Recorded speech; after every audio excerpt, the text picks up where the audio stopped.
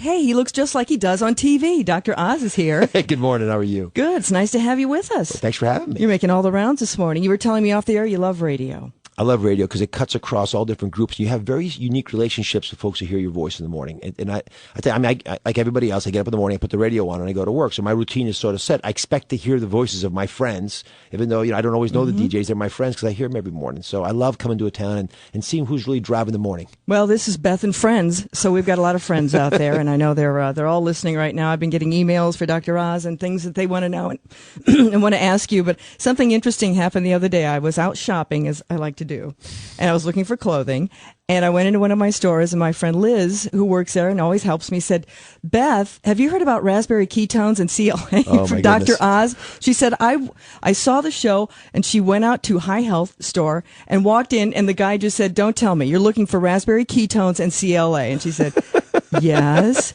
So what's the deal with the raspberry ketones? And I understand we should be taking that, but it takes a while for it to kick in. Is this for belly fat? Is that what we're doing? Well, one of the problems that we had when we died is that our body is not happy when we died, so it doesn't want to let go of the fat stores because it wants to keep us alive. And it's figuring if you're not eating enough food, it's because you can't find food. It doesn't realize you're doing it on purpose.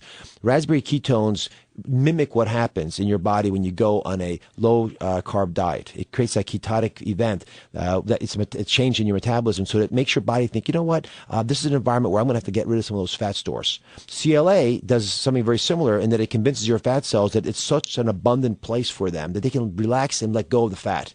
So these are all interesting compounds. They've been studied much more meticulously of late.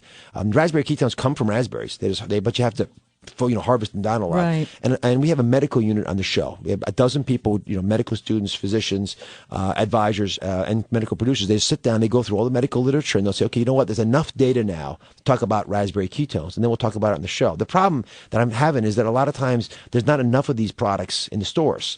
And I don't want to go, I don't sell anything. I don't, we don't make any money on these things. So I don't want to go out ahead of time and say, everyone stock up on raspberry ketones, because it takes away the uniqueness of the event when you first see it. That's stated, hopefully I'm being told they'll finally get enough of these things in the stores. And like everything else, the raspberry ketones by themselves, if you have a lot of candied soda pop next to it, not going to help you lose weight, right? You got to do that plus all the other smart things, but it makes it easier for your body to let go. Well, I did go on a really low carb diet for a while. I think it was around 2003, and I did lose a significant amount of weight, but I had trouble keeping it off, and I had trouble sticking to that diet. And as we age a little bit, we tend to collect some, fat in certain areas. So that's been tough. Now, this raspberry ketone will help with weight in certain areas, the abdomen? It'll help with belly fat. Okay. You just had to say belly fat, didn't you? You by the way, look wonderful. Oh, you really thank do. you. One of the problems we have with belly fat in America is that it's primarily a response to stress. And when you're under a lot of stress, stress, the body releases steroids, right? Yeah. And think about what was stress 1,000 years ago? Stress 1,000 years ago was a famine. I was going to say trying to get food. Exactly. Yeah. And that's the chronic stress that we feel. So our body doesn't realize it's not because of famine. So it responds as though you're in a famine. So it releases these hormones, which induce your body to store fat, specifically in the belly, because that's a good store for them. You can get that fat quickly into your liver and begin to use it for energy. So when I see someone who's got a big belly, I always think about that as the number one driver.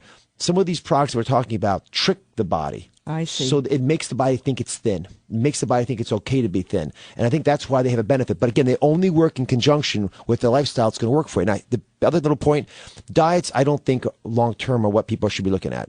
Because I don't think diets are things you can stay on. What you want is a program, a lifestyle that you love so much that you'll stay on it forever, and it happens to be good for you. If you think about it that way, if you make it easy to do the right thing by automating your life a bit, then all of a sudden, effortlessly, you look thin. And that's why thin people are thin, primarily because they have been doing those things, not even conscious of it sometimes for their whole lives. One thing I found that helped was when I really, for the most part, occasionally I'll have something, but I stopped drinking like Coke or Pepsi or things like that. I just don't really drink that.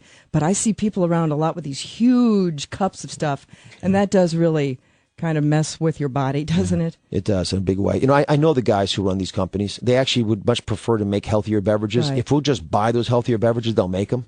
They all have all these innovation labs. They can make the best tasting green tea you can ever imagine. We're not buying it. So No. I blame us. Yeah. Sugared beverages are a leading cause of the extra weight that we've seen, I believe. And I think that's the case in part because you don't realize that you're getting the calories. So if you sit down for lunch, and you have a sugared beverage, a soda pop, you will not only get 160 calories from the actual beverage, but on average, you will eat an extra 125 calories of the meal because your brain's not processing that you actually had the calories in the beverage.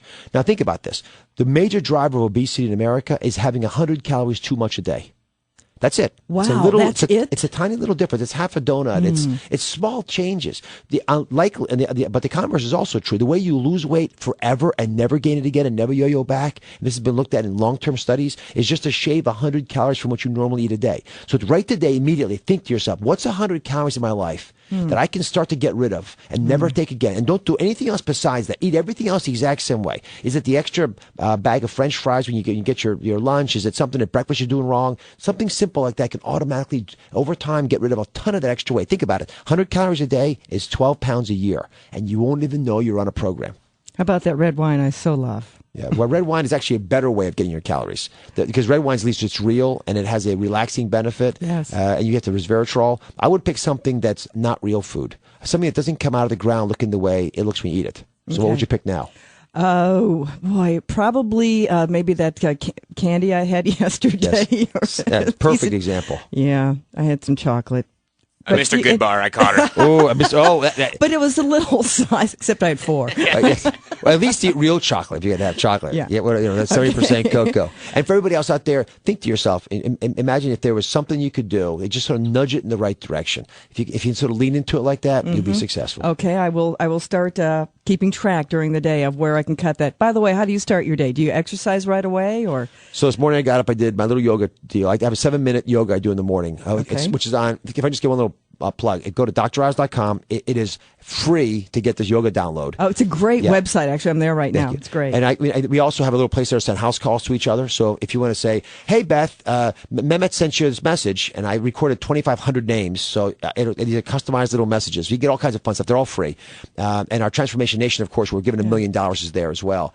But I put all the stuff there so it's easy for you to do it, and you don't have any excuses left because it doesn't cost you a penny. So I taped the 7-minute workout I do. It's basically sun salutation with some sit-ups and push-ups. Just 7 minutes? The reason it's 7 minutes is an important one. Okay. Like everybody else, I figure I'm too busy to do my workout.